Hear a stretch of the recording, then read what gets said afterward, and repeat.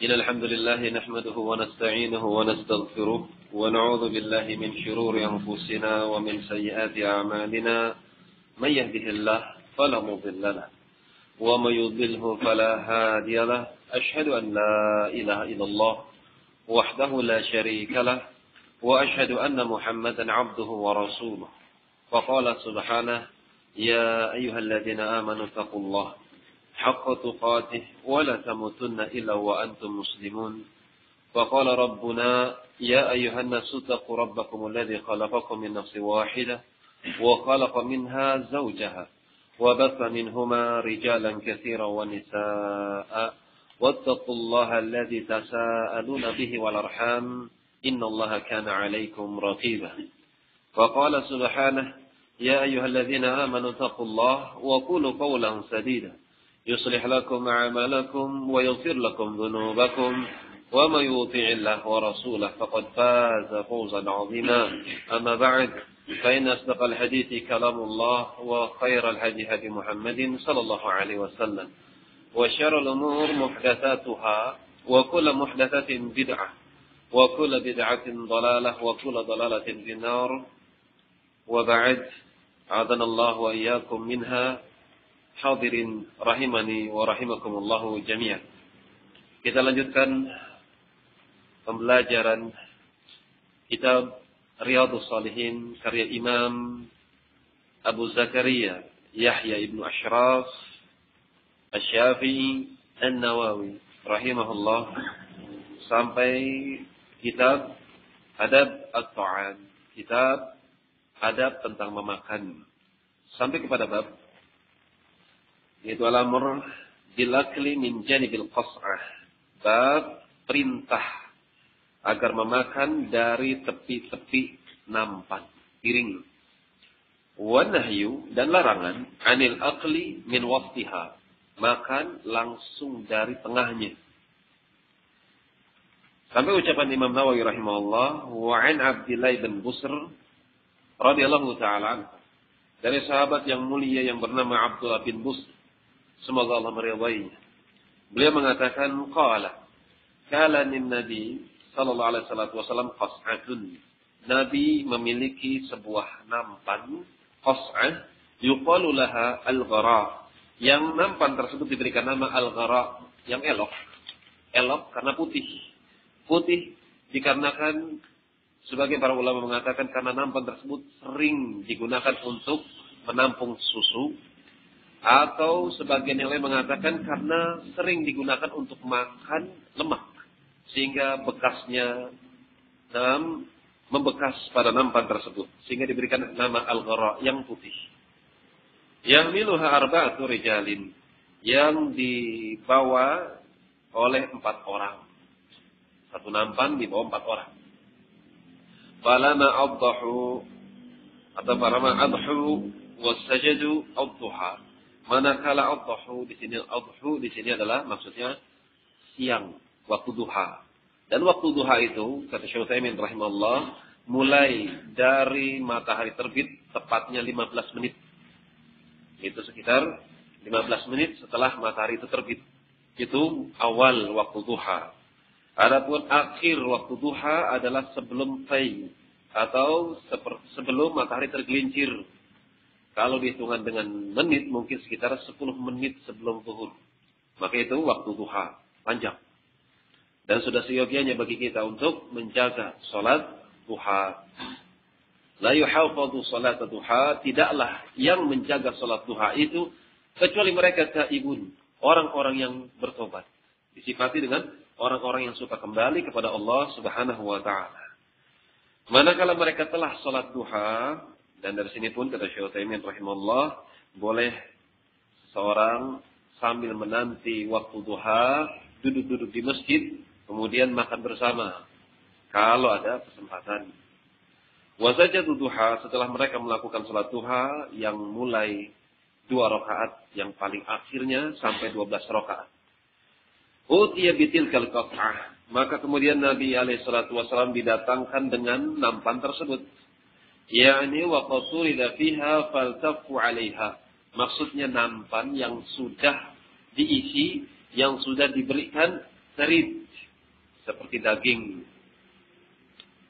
Kemudian falamma kadzaru jaza Rasulullah sallallahu alaihi wasallam. Manakala mereka para sahabat sudah berkumpul di tempat tersebut, nampan tersebut, maka Rasulullah pun jaza duduk berlutut. Faqala, maka berkatalah A'radiyun, seorang Arab pedalaman atau orang dusun. Bahasa kita mungkin orang yang dusun yang SDM-nya rendah, tidak berpendidikan. Ini A'rabi kalau bahasa Arabnya. Orang ini mengatakan, "Ma hadhil jilsah?" Ya Rasulullah, duduk macam apa ini? Ini anjuran bagi seorang yang merasa asing terhadap suatu perbuatan, maka hendaknya bertanya, bukan langsung memberikan vonis, wah ini duduk yang tidak sopan. Tidak demikian, tapi minta bimbingan. "Ma hadhil jilsah?" Ini duduk macam apa seperti ini wahai Rasul?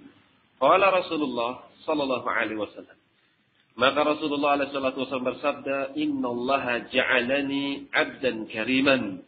Sesungguhnya Allah Subhanahu wa taala telah menjadikan aku sebagai 'abdan kariman, seorang hamba yang mulia.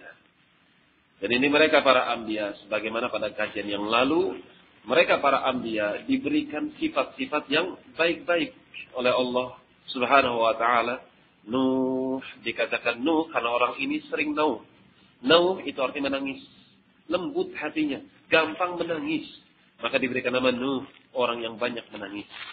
Ibrahim, seorang yang awah, penyantun, penghibah, mudah merasakan penderitaan orang-orang yang menderita karenanya. Ini Ibrahim alaihissalam, demikian pula Ismail, demikian pula para sahabat yang atau para anbiya yang lainnya seperti Musa, Isa. Sebagaimana dikatakan dalam firman Allah Subhanahu wa taala, "Wa ja'alani mubarakan aina ma kuntu wa 'awsani bis salati waz zakati ma dumtu hayya wa barran bi walidati wa lam yaj'alni jabbaran 'asiyya." Allah tidak menjadikan aku sebagai hamba yang kasar lagi bermaksiat. Artinya berlaku lembut. Ini Nabi Isa alaihissalam, seorang yang lembut. Sebagaimana Nabi kita Muhammad alaihissalam, abdan kariman, seorang hamba yang karim, seorang yang mulia. Dan lebih-lebih lagi Allah disebutkan dalam surat Taubah tentang sifat Nabi Muhammad sallallahu alaihi wasallam, "Laqad ja'akum rasul," telah datang kepada kalian seorang rasul. Satu sifatnya. "Min anfusikum," dua, dari jenis-jenis kalian, manusia, bukan malaikat, bukan jin, tapi manusia. Yang selama 40 tahun sebelum diangkat menjadi nabi dan rasul, mereka orang-orang jahiliyah, orang-orang yang paling buruk sekalipun pikirannya, yang paling kotor sekalipun, sudah melihat bagaimana akhlak yang indah pada diri Muhammad sallallahu alaihi wasallam. Selama 40 tahun tidak pernah mendengar kalimat dusta dari lisannya Muhammad. Tidak pernah mendengarkan kalimat kotor, cacian, makian selama 40 tahun sebelum menjadi nabi, sebelum menjadi rasul. Ini bukti kepada mereka bahwasanya orang ini adalah orang yang mulia. Min anfusikum harisun alaikum, semangat untuk atau azizun alaihi ma'anittum, terasa berat penderitaan yang kalian alami. Kemudian harisun alaikum, orang yang semangat untuk memberikan kebaikan kepada kalian. Bil mu'minin ra'ufun rahim, dan terhadap orang-orang mukmin, kaum mukminin, beliau adalah seorang yang ra'uf, penyantun, rahim, penuh dengan kasih sayang. Ini terhadap orang-orang mukmin. Jangankan kepada mukmin kafir sekalipun, Rasulullah sallallahu alaihi wasallam tetap penyantun, seorang yang penghibah. Di antaranya, kisahnya banyak sekali, dipenuhi dengan kisah-kisah yang sangat hebat. Kisah-kisah yang bisa dibuktikan keotentikannya, kebenarannya, kevalidannya. Karena dibawa oleh mereka orang-orang yang adil, para ulama, dalam riwayat-riwayat mereka. Seperti kisah Tumamah ibnu Asal. Dalam lafaz yang lain dikatakan namanya bukan Asal, tapi Usal. Tumamah bin Usal, manakala beliau tertahan pada suatu peperangan, kalah. Karena beliau ketika itu masih kafir, musyrik, kaya, orang hebat. Rasulullah SAW ketika memenangkan peperangan, kaum wanita dijadikan tawanan, kaum anak-anak dijadikan tawanan. Adapun mereka lelaki-lelakinya sama, dijadikan tawanan. Maka diikatlah di masjid Sumamah ibnu Uthal. radhiyallahu taala. Ketika diikat di masjid, ini menunjukkan bahwasanya orang kafir itu tidak najis. Padahal orang ini belum Islam, masih kafir, diikat di tiang masjid. Dan kalau setiap pagi Rasul bertanya kabarnya. Perhatikan, pemimpin kaum muslimin, Nabiun al-Karim, perhatian sekali. Kaif hal ya Sumamah, ditanyakan kabarnya. Bagaimana keadaan engkau hari ini, wahai Sumamah? Khairun ya Muhammad. Jawabannya, kebaikan wahai Muhammad. Kemudian ditawarkan dengan kebaikan-kebaikan oleh Rasul alaihi salatu wassalam. Adapun hikmah kenapa diikat di tiang masjid, maksudnya supaya lihat bagaimana syiar Islam. Ruku mereka, sujud mereka, qiraatul Quran mereka, sengaja biar dengar kalamullah. Dengan harapan agar hati tersentuh. Bagaimana bercandanya kaum muslimin, bagaimana muamalahnya kaum muslimin, bagaimana persatuan mereka di masjid-masjid kaum muslimin, supaya lihat sendiri, ini loh Islam. Maka Rasul setiap pagi bertanya, bagaimana keadaan engkau itu mana? Maka khair, jawaban kebaikan, sebagaimana Anda lihat. Kemudian dengan ucapan, intaqtul tuqtal dzat. Kalau kamu membunuh saya, wahai Muhammad, maka sungguh engkau telah membunuh seorang yang memiliki darah. Tapi kalau kamu bebaskan saya, maka sungguh kamu membebaskan orang yang tahu berterima kasih. Ini kata Sumamah ibn Asan. Kemudian keesokan harinya ditanya kembali, bagaimana keadaan engkau wahai Sumamah? Jawabannya, kebaikan wahai Muhammad. Kemudian dengan ucapan yang sama, kalau kamu bunuh saya, maka sungguh kamu telah membunuh orang yang memiliki darah. Tapi kalau kamu bebaskan saya, berarti kamu telah membebaskan seorang yang tahu berterima kasih. Mintalah harta, saya akan berikan. Tidak digubris sama Rasul alaihi salatu wassalam. Pada hari ketiga, Rasulullah bertanya dengan pertanyaan yang sama, dan jawaban Sumamah ibnu Utsal jawaban yang sama. Ternyata ketika Rasul mendapatkan jawaban yang demikian, tidak tergerak hatinya kepada Islam, tetap di atas pendiriannya, maka dibebaskan orang tersebut. Pergi. Dibebaskan. Subhanallah. Bahkan perkara yang sangat mengagumkan, sebelum dibebaskan, ada tafsir tentang keadaan mereka. Para tawanan yang ditawan oleh kaum muslimin. Disebutkan dalam Al-Quranul Karim. Yufuna bin nadri wa yakhafuna yawman kana syarruhu mustafiran. Mereka menunaikan nadar-nadarnya. Wa yakhafun, dan mereka takut yawman kana syarruhu mustafiran, takut kepada suatu hari di mana keburukannya merata, hari kiamat. Hancurnya langit, hancurnya bumi, runtuhnya bangunan-bangunan, jatuhnya bintang-bintang, turunnya matahari dan bulan ditubrukkan, hancur. Itu mereka takut. Ini sifat ahlul iman. Menunaikan nadar dan mereka takut kepada adanya hari kiamat. Kemudian di antara sifat mereka ahlul jannah, Allah katakan, wa yut'imuna at-ta'ama 'ala hubbihi. Mereka memberikan makanan-makanan bukan hanya sekedar makanan, tapi 'ala hubbihi, makanan-makanan yang paling mereka cintai. Makanan-makanan yang paling mereka senangi justru disedekahkan. Tidak sebaliknya. Biasanya kalau makanan sudah mau basi, baru disedekahin. Ini biasanya umumnya nggak usah jauh-jauh, kita saja ya. Kita saja. Udah mau basi. Nah, kasih tetangga. Ya. Kalau mereka ahlul jannah, dan Rasul alaihi salatu wasallam yang dimaksudkan, mereka memberikan makanan ala hubbi, makanan yang paling mereka cintai. Lagi anget-anget, mereka lapar, justru duluan orang lain lebih didahulukan. Ini sifat mereka. Hubbihi miskinan, yang diberikan kepada siapa? Miskinan, wa yatiman, wa asir. Diberikan kepada orang-orang yatim, diberikan kepada orang-orang miskin, wa asira, dan juga kepada para tawanan. Tawanan muslim apa kafir? Tawanan itu muslim apa kafir? Kafir. Meskipun kafir, tapi tetap sifat mereka ahlul jannah, tetap memberikan makan yang paling terbaik kepada orang-orang kafir yang telah menjadi tawanan. Ini indahnya Islam.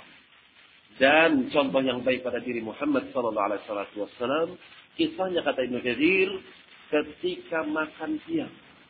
Manakala Rasul alaihi wasallam hendak memakan bersama para sahabatnya, yang pertama ditanyakan, bagaimana asira, bagaimana mereka para tawanan, sudah makankah?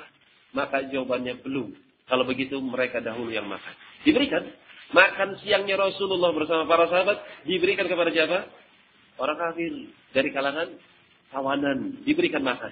Setelah mereka makan, kenyang, puas, sisanya buat siapa? Rasulullah SAW. Ini pemimpin mana yang kayak gini? Cuma Rasulullah SAW. Cuma Islam yang mengajarkan keindahan seperti ini. Itulah Rasulullah SAW. Seorang yang sangat penyantun. Inna Allah ja'alani abdan kariman. Sesungguhnya Allah subhanahu wa ta'ala telah menjadikan aku abdan kariman. Seorang hamba yang mulia. Dimuliakan. Walam yaj'alni jabbaran anidan. Dan aku tidak dijadikan sebagai hamba yang jabbar. Hamba yang keras. Tidak punya kasih sayang. Anidan. Dan suka menentang. Menentang di sini. Ketika sudah nampak kebenaran. Ditentang. Itulah yang dikatakan anid. Maka sudah sepantasnya bagi kita orang yang mengaku pengikut setia Rasulullah, orang-orang yang mengaku cinta kepada sunnahnya Rasulullah Sallallahu Alaihi Wasallam, maka ikuti. Bukan semata-mata pengakuan. Saya cinta Rasul, saya pengikut setia Rasul. Bukan pengakuan, akan tetapi bukti. Bukti yang akan dipertanyakan. Maka ikuti Rasulullah alaihissalam dalam ucapannya, dalam perbuatannya, apa yang sanggup, maka ikuti. Itulah sunnah Rasul alaihissalam. Semakin orang mengikuti sunnah Rasul alaihissalam, maka semakin mulia dirinya. Sebagaimana Syekhul Islam rahimahullah, beliau mengatakan, seorang hamba itu dengan maknanya, seorang hamba akan diangkat kemuliaannya. Seorang hamba akan ditinggikan derajatnya, bergantung dengan kuatnya dia di atas sunnah Nabi Muhammad SAW. Jangan dipikir ucapan ini tidak ada dalil. Mereka para ulama mengucapkan sesuatu mesti ada dalil. Kira-kira apa dalilnya? Wa rafa'na laka dzikrak. Kami akan angkat penyebutan namamu. Nama Muhammad SAW diangkat tinggi-tinggi oleh Allah dan juga orang-orang yang mengikuti Muhammad SAW. Kariman, seorang yang mulia, bukan orang yang kasar, bukan orang yang kaku, dan bukan orang yang menentang kebenaran. Ini sifat Nabiul Karim Muhammad alaihissalatu wassalam. Tsumma qala Rasulullah, kemudian Nabi kita bersabda, "Kulu min hawalaiha." Makanlah oleh kalian min hawalaiha, dari tepi-tepi nampan, makan. Wada'u dirwataha, tinggalkan dirwahnya. Dirwah bagian pucuknya, bagian atasnya. Yubarak fiha, niscaya kalian akan mendapatkan berkah dari makanan tersebut. Rawahu Abu Daud bisnadin jayyidin. Dikeluarkan oleh Imam Abu Daud dengan sanad yang jayyid, yang bagus. Tetapi ini dikomentari oleh mereka para ulama, hadis ini jayyid, bagus sanadnya, dan karena banyak riwayatnya, bahkan bukan hanya jayyid, akan tapi sahih li ghairih. Sahih disebabkan karena banyaknya jalan-jalan, jalur-jalur periwayatan. Pelajaran yang bisa kita ambil dari hadis tersebut, yaitu hadis yang mulia ini menunjukkan kepada kita akan baiknya pengajaran Rasul Sallallahu Alaihi Wasallam. Beliau seorang yang mulia, bukan seorang yang kaku lagi keras. Dan ternyata Masya Allah dicontohkan oleh mereka para sahabat-sahabat Nabi. Dan dicontohkan oleh mereka para ulama-ulama sunnah sampai saat ini. Mereka ketika berdakwah, mengawali dakwahnya dengan kelembutan, dengan rahmah. Sebagaimana firman Allah Subhanahu wa taala, "Wa ma arsalnaka illa rahmatan lil alamin." Dan tidaklah kami mengutus engkau, wahai Muhammad alaihi salatu wasalam, illa melainkan rahmatan lil alamin, sebagai bentuk rahmat Allah Subhanahu wa taala kepada alam semesta. Jadi Rasulullah alaihi salatu wasallam datang membawa rahmah dari Allah Subhanahu wa taala. Kemudian ud'u ila sabili rabbika bil hikmah, serulah mereka manusia, ajaklah mereka manusia kepada jalan Allah Subhanahu wa taala bil hikmah, dengan hikmah. Dan asal hikmah, meskipun dikatakan wad'u syai' ala mawdu'ihi atau mawdi'ihi, meletakkan sesuatu pada tempatnya, akan tapi pada asalnya sesuatu tersebut diletakkan dengan kelembutan. Ini awal kali dakwah. dengan cara yang lembut. Meskipun menghadapi makhluk-makhluk yang keras, kasar, tidak berpendidikan, tetap dilawan dengan kelembutan. Dan Nabi sallallahu alaihi wasallam dalam hadis Muslim mengatakan, "Innallaha la yu'ti birifqi ma la yu'ti bil 'unfi wa ghairihima." Allah Subhanahu wa taala cinta kelembutan karena Dia Rafiq, karena Allah Maha lembut. Dia cinta dengan kelembutan. Dan Allah akan memberikan sesuatu kepada hambanya berupa anugerah dengan sebab kelembutan. Yang anugerah tersebut tidak akan diberikan dengan sifat kasar atau yang selainnya. Berapa banyak manusia masuk Islam gara-gara Rasul. Sebagaimana tadi. Sumamah bin Utsal. Manakala dilepaskan oleh Rasulullah, langsung keluar masjid mencari air mandi. Langsung mengucapkan, Asyhadu an la ilaha illallah. Lihat, dengan cara hikmah, lembut, tersentuh hatinya dengan perbuatan kelembutan Rasul alaihi salatu wassalam. Dan juga mereka para sahabat dan juga para ulama menerapkan sifat kelembutan di dalam dakwah. Contoh, Imam As-Sa'di, Abdurrahman bin Nasir As-Sa'di rahimahullah, sahibut tafsir, beliau ketika sedang berceramah tentang agama, kemudian ada salah seorang hadirin yang membantah dengan tidak adab. Seorang yang berkacamata. Kemudian dia mengatakan, ya Syekh, tinggalkan mikrofon. Mikrofon ini kan produknya kafir. Demikian. Tidak selayaknya bagi kita untuk mengambil daripada mereka. Cukupkan saja apa yang ada pada kaum muslimin. Ini made in kafir katanya. Perbuatan orang kafir. Maka tinggalkan saja. Ini kata hadirin. Maka Syekh As-Sa'di tidak menggubris. Lanjutkan ceramah. Akan tapi orang ini terus mengganggu dengan ucapan, ya Syekh, ini adalah perbuatan orang kafir. Maka kita cukupkan apa yang ada pada diri kita. Enggak perlu pakai ini. Ini buatan orang kafir. Ini kata orang tersebut. Maka selesai daripada kajian, beliau As-Sa'di rahimahullah mendatangi orang tersebut. Kemudian langsung mengambil kacamatanya. Setelah kacamatanya dilepas, bertanya, sekarang bagaimana pandanganmu? Apa kata orang ini? Wah, jadi nggak jelas. Apa kata As-Sa'di? Demikian pula mikrofon. Dia akan memperjelas sesuatu yang tidak jelas. Dia akan memperdengarkan sesuatu yang tidak terdengar. Dan kaum muslimah yang ada di rumah-rumah yang mereka sedang memasak, yang mereka bersama keluarga-keluarga mereka, bisa dengar zikrullah. Bisa dengar kalimatullah dengan sebab pengeras suara. Maka ambil dari mereka orang-orang kafir yang bisa menjadikan sarana untuk menebar kebaikan. Maka orang itu malu. Kacamata itu pun sama, buatan orang kafir. Kenapa kamu pakai? Demikian kata As-Sa'di rahimahullah. Mana ada orang Islam bikin kacamata? Asalnya dari kafir, bukan dari muslim. Ini kelembutan. Maka orang tersebut tertanamlah kecintaan kepada Syekh As-Sa'di rahimahullah disebabkan karena apa? Ar-rifqu, kelembutannya. Maka ini pun harus kita tanamkan ketika kita bermuamalah bersama masyarakat, bermuamalah bersama teman-teman sendiri, maka kedepankan sifat ar-rifqu, sifat kelembutan. Karena Allah ar-rafiq, karena Allah ar-raziq, dia maha lembut. Yuhibbur rifqa, dan dia cinta sesuatu yang lembut-lembut. Kemudian pelajaran bisa kita ambil daripada hadis ini. Hadis ini menunjukkan kepada kita bahwasanya beliau adalah seorang yang mutawadhi, seorang yang tawadhu. Seorang yang tawadhu dari mana? Diketahui karena beliau makan bersama Arab Baduy. Pada beliau pemimpin, penguasa kaum muslimin pada zamannya, pemimpin orang nomor satunya kaum mukminin. Ternyata kalau makan, bermuamalah bersama rakyat-rakyat jelatanya. Bahkan bukan hanya bergabung, tapi makan bersama. Kemudian, pelajaran bisa kita ambil daripada hadis yang mulia tersebut. Pelajaran dari Nabi bahwasanya barokah makanan itu diturunkan di tengah-tengah makanan. Maka tidak selayaknya untuk memakan dari bagian tengahnya.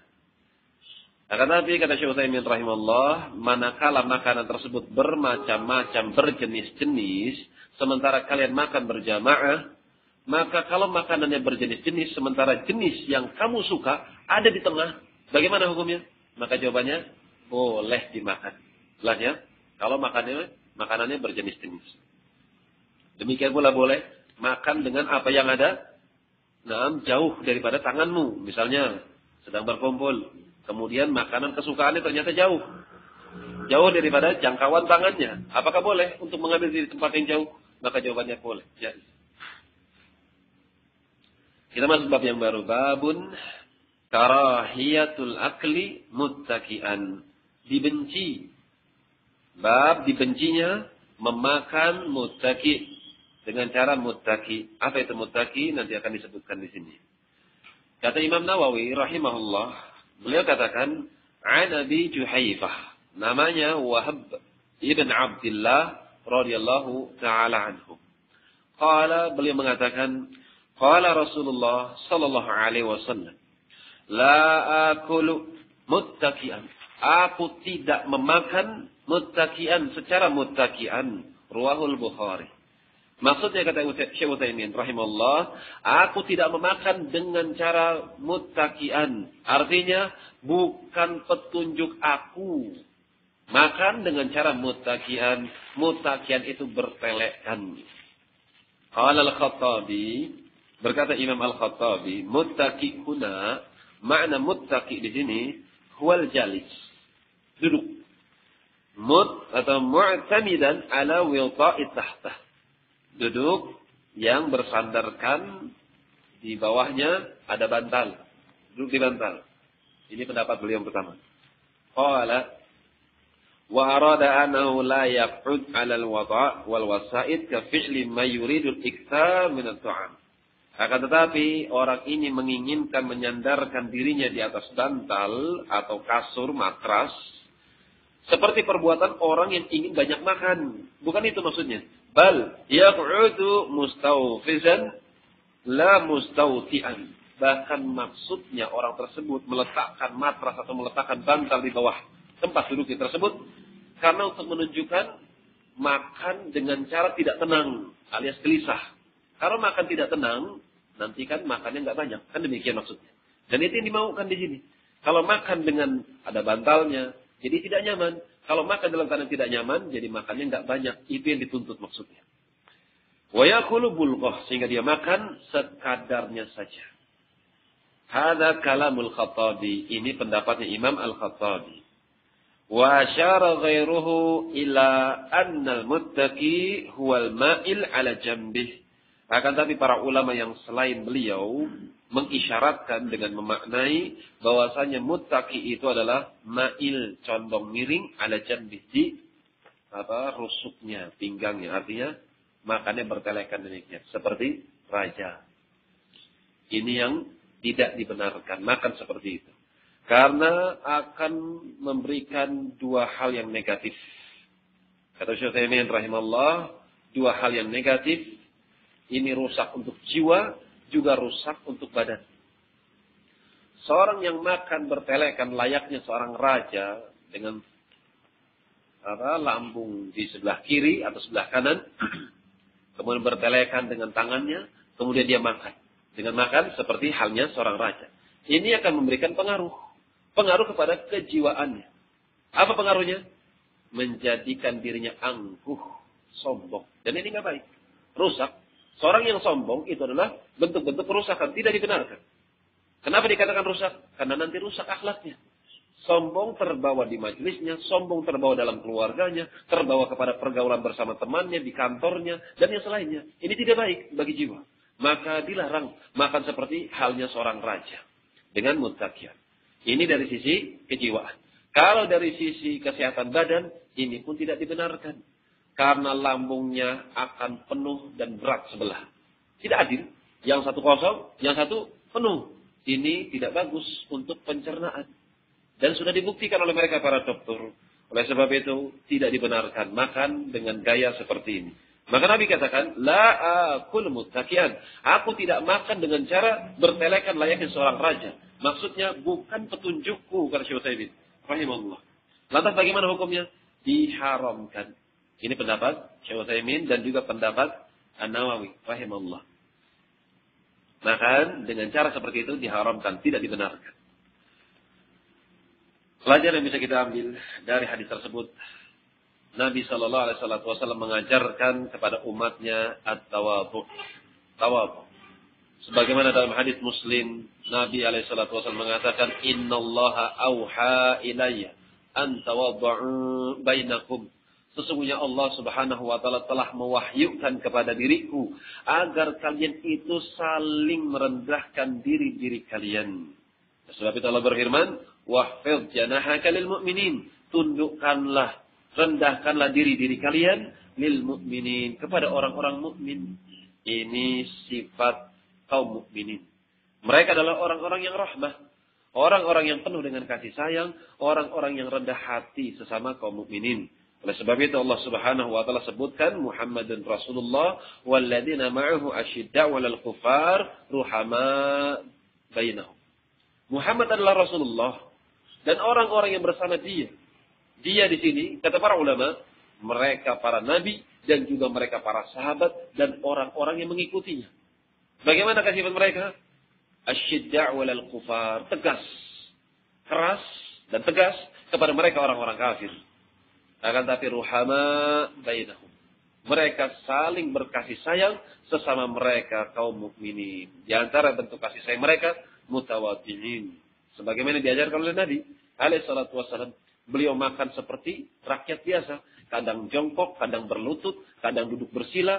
Ini Nabi alaihi salatu wasallam tidak sebagaimana para penguasa Kisra dan Kaisar. Mereka makan dengan cara yang sangat sombong, seperti sambil dikipas oleh dayang-dayangnya, sambil bertelekan di bantal-bantal dengan rajutan emas, berhias dengan mutiara dan juga berlian. Ini raja-raja Kaisar dan Kisra. Mereka demikian. Adapun Rasulullah Sallallahu Alaihi Wasallam dalam hadis Muslim dan juga Bukhari, Umar bin Khattab pernah dan juga Abdullah bin Mas'ud pernah menangis melihat Rasulullah dalam keadaan tidur di atas tikar. Melihat Rasul tidur di atas tikar, kemudian ketika bangun ternyata punggungnya nyeplak bekas tikar atau balai mungkin tempat kita. Maka Umar bin Khattab mengatakan, ya Rasulullah. Ketika melihat Umar menangis, maka Rasul bertanya, ma yabkik? Apa yang menyebabkan engkau menangis? Mereka atau Umar bin Khattab mengatakan, ya Rasulullah, innal Qaisar wal Kisra ya'ishuna kama ya'ishun. Mereka Raja Kaisar dan Raja Kisra. Kaisar, Raja Romawi. Bukan nama orang, tapi gelar. Gelar kerajaan Romawi dengan kalimat Kisra. Kalau Kaisar, gelar kerajaan bagi Raja, siapa? Persia. Kalau Tubba, itu gelar kerajaan untuk kerajaan Yaman. Najasyi, itu kerajaan Habasyah. Fir'aun, kerajaan Mesir. Itu gelar-gelar, namanya bukan itu. Maka kata Rasulullah SAW, malil dunya. Apa urusanku dengan dunia, wahai Umar radhiyallahu ta'ala anhu. Ketika mereka para sahabat menginginkan cari kasur yang empuk, mereka ingin memuliakan Nabi mereka. Mereka Kaisar, mereka kafir, mereka Kisra, mereka kafir. Mereka bisa hidup dalam keadaan mereka hidup yang mewah, megah. Karena mereka pemimpin rakyatnya. Sementara Anda Nabiullah, Anda adalah seorang yang mulia, tapi tidurnya di atas tikar dengan selai kain, sehingga nyeplak di punggungnya bekas-bekas tikar. Itu yang kami sedihkan. Maka kami ingin memberikan sesuatu yang layak untuk Anda. Maka Nabi justru menolak dengan cara yang baik. Malilid dunya. Apa urusanku terhadap dunia? Urusanku terhadap dunia karakib yastadhillu bisyajarah thumma raha wa tarakaha. Perumpamaan aku dengan dunia seperti seorang yang sedang mengendarai tunggangan. Kemudian ketika sedang menunggangi tunggangan, tiba-tiba menatap ada sebuah teduhan pohon besar. Maka aku bernaung di bawahnya. Kemudian setelah aku selesai daripada hajat tersebut, penunggang kuda tersebut selesai daripada hajatnya, istirahat di bawah naungan pohon tersebut, maka pohon tersebut ditinggalkan dan tidak dibawa. Kan demikian? Apa dibawa? Antum istirahat di halte-nya terbawa-bawa? Tidak. Demikian. Itulah dunia. Dunia itu adalah sesuatu yang menaungi Anda. Sesuatu tempat kalian istirahat sementara. Adapun ketika misi telah selesai, usia telah habis, kalian sudah beribadah kepada Allah, maka ditinggalkan dunia. Itulah hakikat daripada dunia. Ketika pergi, ditinggalkan dan tidak dibawa. Itulah dunia, perumpamaan dunia di sisi Rasulullah alaihi salatu wassalam. Inilah tawadhunya Rasul alaihi salatu wassalam. Kemudian pelajaran selanjutnya, kata Imam Nawawi rahimahullah, wa an Anas, dari Anas ibn Malik radhiyallahu taala anhu qala, ra'aitu Rasulullah, kata Anas bin Malik, beliau pembantunya Rasulullah selama 10 tahun. Akan tapi termasuk tawadhunya Rasul, manakala beliau menjadi pembantu selama 10 tahun, tidak pernah mengatakan kepada diriku, lima taf'alu kada wa kada. Ketika aku melakukan sesuatu, beliau tidak pernah menghardik dengan ucapan, kenapa kamu lakukan ini, kenapa kamu lakukan itu. Tidak pernah. Dan manakala aku tidak melakukan sesuatu, beliau tidak pernah mengatakan, lima lam taf'al kada wa kada. Kenapa kamu tidak melakukan ini, kenapa kamu tidak melakukan itu.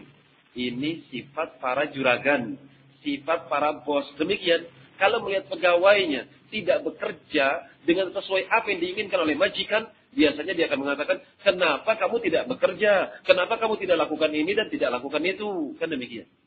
Dan manakala pekerjaannya tidak sesuai dengan apa yang diinginkan oleh majikan, kenapa kamu lakukan ini? Kenapa lakukan itu? Kenapa tidak melakukan yang demikian dan demikian? Kan demikian. Orang-orang yang berada di atas, majikan, juragan, demikian. Kalau nggak cocok dengan pegawainya, mesti akan marah. Tapi kalau Rasulullah tidak pernah berkomentar sedikit pun, bukan setahun 2 tahun, tapi 10 tahun lamanya. Berarti memang sudah menjadi perangai. Sifat Rasul alaihissalatu wassalam bukan orang yang gampang marah, bukan orang yang pemarah, bukan orang yang kasar, bahkan seorang yang pengertian meskipun terhadap pembantu. Ini pembantu. Lantas bagaimana dengan istri? Jangan ditanya lagi. Romantis. Dan insya Allah nanti akan masuk babnya. Ra'aitu Rasulullah, kata Anas bin Malik, aku telah melihat Rasulullah alaihissalatu wassalam jalisan, duduk, muk'iyan, duduk dalam keadaan ik'a. Ya'kulu tamran, kemudian sambil memakan tamran, kurma kering. Kurma yang sudah masak, bukan setengah matang, tapi sudah masak. Rawahu Muslim, dikeluarkan oleh Imam Muslim rahimahullah. Muk'iyan, ini maknanya ada 2. Al-muk'i, kata Nawawi rahimahullah, huwa alladhi yulsiqu altayhi bil ardi. Yaitu seorang duduk dengan kedua tempat duduknya di tanah. Maksudnya pantatnya langsung duduk di tanah. Wa yansibu saqai, kemudian menegakkan kedua kakinya. Apa maknanya? Jongkok, ya. Mengangkat kedua kakinya seperti ini. Tempat duduknya langsung ke tanah. Duduknya seperti ini, seperti orang jongkok. Ini ik'a. Kalau Syekh Utsaimin rahimahullah, ik'anya itu dengan menegakkan kedua kaki, kemudian pantat duduk di tumit. Ini ik'a. Dan dua-duanya benar, dipakai. Dalam bahasa Arab demikian. Duduk ik'a ada 2. 1, langsung duduk seperti ini. Atau yang 1, duduk di atas tumit. Telapak kaki didirikan, kemudian duduk di atas tumitnya. Itu ik'a. Ini makannya Rasulullah alaihissalatu wassalam. Kelihatan gimana? Santun. Kelihatan tenang. Kelihatan sakinah. Kelihatan tawadhu. Kenapa duduk beliau seperti itu? Supaya cepat kenyang. Ini sifat Rasul alaihissalatu wassalam, tidak suka kekenyangan. Karena orang dengan makan seperti itu, tempat duduk seperti itu, adalah tempat duduk yang kurang nyaman bagi mereka orang yang makan. Sehingga diharapkan dengan tempat duduk yang kurang nyaman seperti itu, makannya tidak rakus. Artinya, makan sekadarnya saja. Yang bisa mengganjal perutnya, maka dimakan. Kalau sudah mengganjal, selesai. Itu yang diinginkan. Akan tapi sebagaimana yang sudah disebutkan pada kajian yang lalu, sekali-kali kenyang, boleh apa enggak? Boleh. Apa dalilnya? Hadis? Hadis siapa? Boleh sekali-kali kenyang. Dalilnya apa?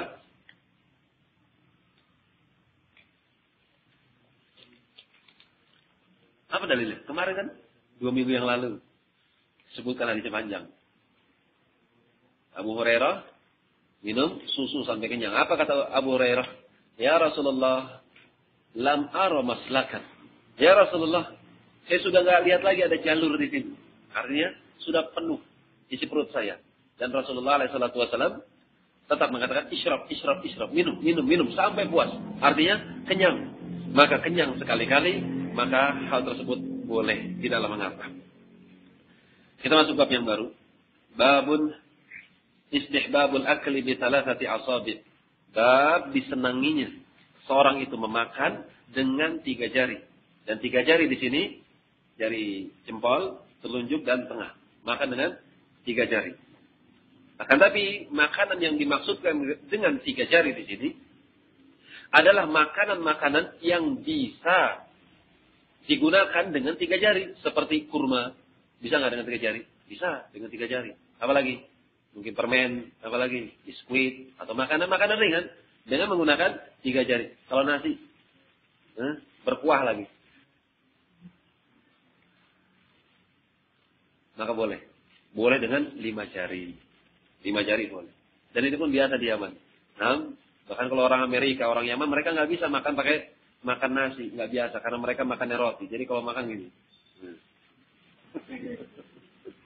Ini nggak gini, tapi gini.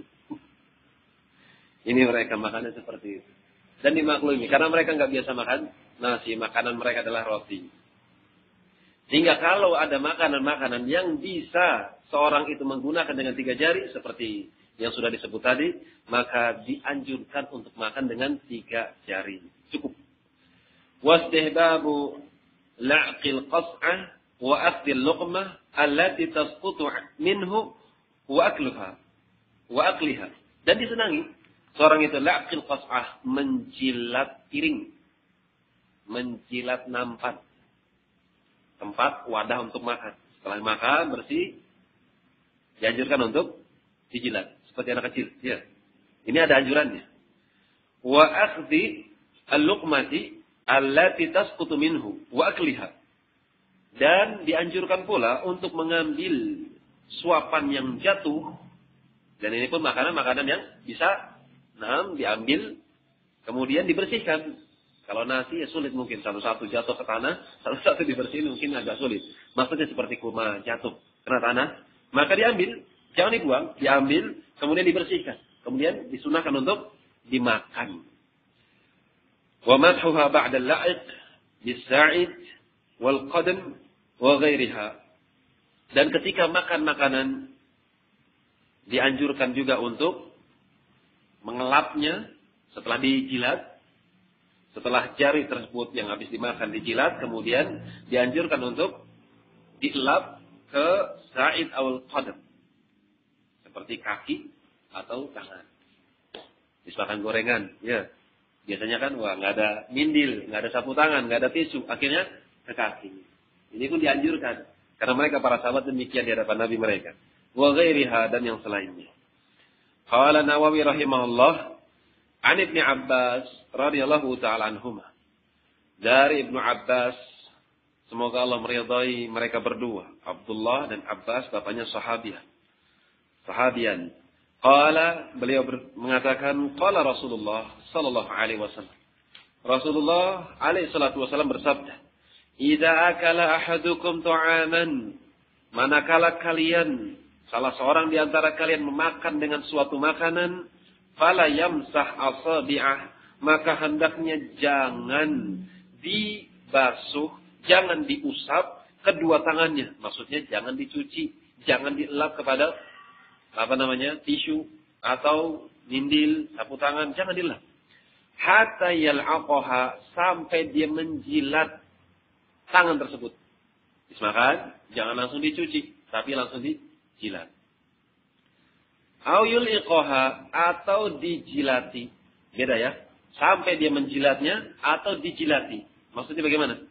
Yang menjilatnya maksudnya menjilatnya diri sendiri. Kalau yang dijilati berarti orang lain. Ada pertanyaan, apakah mungkin yang demikian? Kalau menjilati wajar, harus makan menjilati sendiri. Tapi kalau dijilati apakah mungkin? Ada orang mau jilatin, ayo, sunnah. Apalagi ikhwannya bengkel. Hitam-hitam. Ayo akhi, sunnah, antum gak nyena antum. Baik. Ini mungkin saja terjadi. Sebagaimana dikatakan Syekh Utsaimin rahimahullah. Dan ini pun akan terjadi bagi mereka orang-orang yang memiliki sifat rahmah, cinta, hub, mahabbah. Siapa mereka? Istri, ya, dan juga anak-anak. Nah, sini jilat tangan Abi misalnya. Mau anak sendiri, ya enggak? Atau kita cinta sama anak kecil, habis makan, kemudian rembes, nah kita jilatin tangan anak kita sendiri. Ini termasuk sunnah. Termasuk sunnah. Mungkin sunnah yang matrukah. Banyak manusia meninggalkan hal-hal yang seperti ini. Dan hal ini akan menumbuhkan rasa cinta dan lebih hangat. Ketika seorang sudah menjilat tangannya atau dijilati oleh orang yang dia cintai. Seperti suami dan istri. Jangan cuma ketika akad saja. Mesra ya. Suap-suapan. Masya Allah. Sudah selesai makan tangannya jilati. Punya anak satu, jilat saya sendiri. La ilaha illallah. Hendaknya dipertahankan. Yang demikian akan mewariskan kelanggengan rumah tangga dengan harmonis. Mawaddah, penuh dengan kecintaan, warahmah, penuh dengan kasih sayang. Di antaranya, ketika seorang hamba mentaati Allah dan mengikuti sunnah Nabi. Di antara bentuk mengikuti sunnah Nabi, menjilati tangan sendiri atau menjilati tangan orang lain. Di antaranya orang-orang kesayangan, istri dan juga anak-anak. Muttafaqun alaih. Hadis ini dikeluarkan oleh Imam Bukhari dan juga Imam Muslim rahimahullah. Sudah insya Allah? Sudah ya? Baik, ila huna wa akhiru da'wana alhamdulillahirabbil alamin. Subhanakallahumma rabbana wa bihamdik asyhadu an la ilaha illa anta astaghfiruka wa atubu ilaik. Tafadhalu barakallahu fiikum.